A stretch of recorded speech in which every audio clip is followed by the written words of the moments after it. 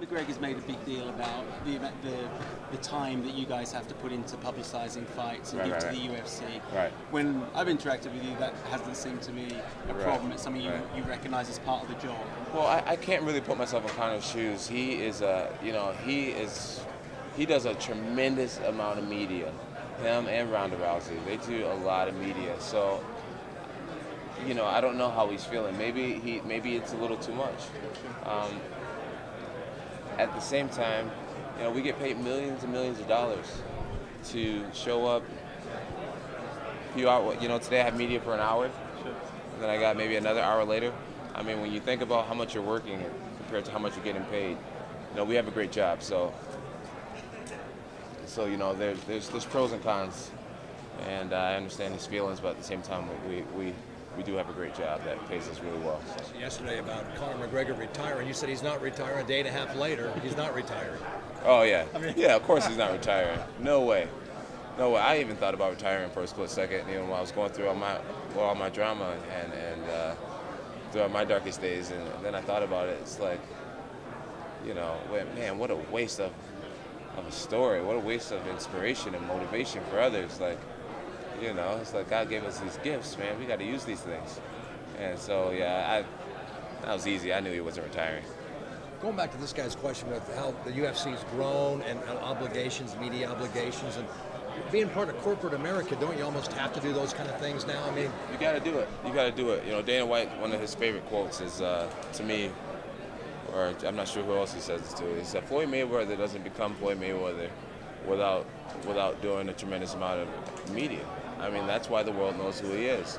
If you go to one of his open workouts, he'll let, camera guys stacked on top of each other watching Floyd Mayweather box for an open workout. He's like, you got to embrace the media. You got to learn how to use the media in the way, to get the message that you're trying to get out, And at this point in my career, I'm really embracing that. I'm really realizing the importance of media. Those type of long media tours where you're going on, day after day, these mom and pop shows from the morning till sunset. Do you feel like people, how grueling are those to actually go through? They're grueling. They're really grueling, and it can be distracting at times. You're talking about your fight, your opponent's listening to your interviews, getting a better understanding for your psychology. A lot of things you want to try to keep yourself mysterious and stuff like that. And the more interviews you do, you're giving out your psychology. You're getting asked a lot of the same questions. Your workout schedule is altered. Your eating patterns become altered.